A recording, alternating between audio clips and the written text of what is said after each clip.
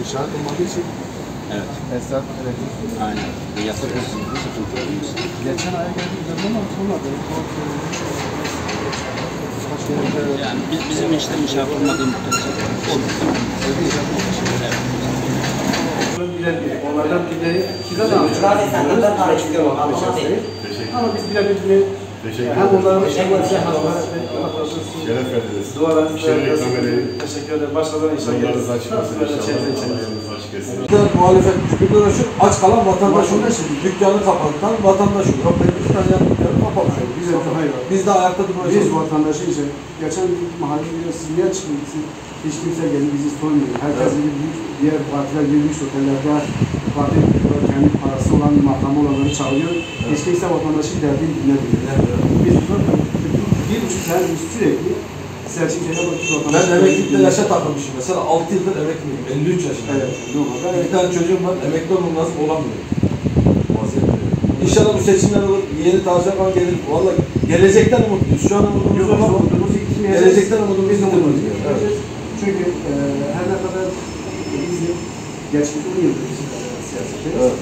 Her ne kadar anket firmaları bizi Çok siyasetle alakalı olmasa da uzaktan böyle her ne kadar anket firmaları bizi izlese de, medya bizi izlese de ama biz varız. evet. Biz varız ve biz gerçekten vatandaşın derdine de merhem olmak için Evet, başarılar diliyorum. Sağ olun. Evet, başarılar diliyorum. tabii destek geldikçe biz bir şey yapabiliriz. Yani bir süper program, biz hem vatandaşın derdini dinleyelim, merhem olmak için biz açık Hüdapar'ı biliyorum başkan. sesleri olmaya çalışıyoruz. Hüdapar yani kendinden olan herkesi bırakmaz.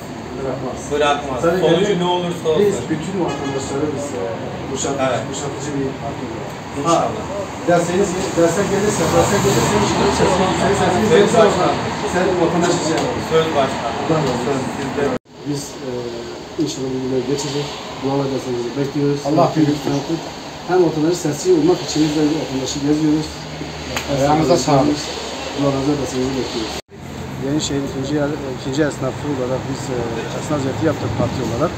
Hangi dükkana, hangi iş yerine gittiysek ya dükkan boştur ya da esnaf halinden şikayetçi, alım gücü yok, millet satamıyor, müşteri yok. Dolayısıyla bu yapılan zamlar, akaryakıt olsun, elektrik olsun, milletin belini tutmuş durumda. Bu aylardır da böyle vatandaşın ortak bir söylemi de şudur. Hiç kimse, hiçbir yetkili gelip bizi dinlemiyor. Dinlediklerini de icraata dönüştürmüyor. Biz kısa bir zamanda da bu halimize çare aramalarını istiyoruz. Çünkü bayram arefesidir ama dükkanlar boş. Bu da esnafları çilede çıkıyor. Hatta esnaf kapatıyor, tepe kapatıyor.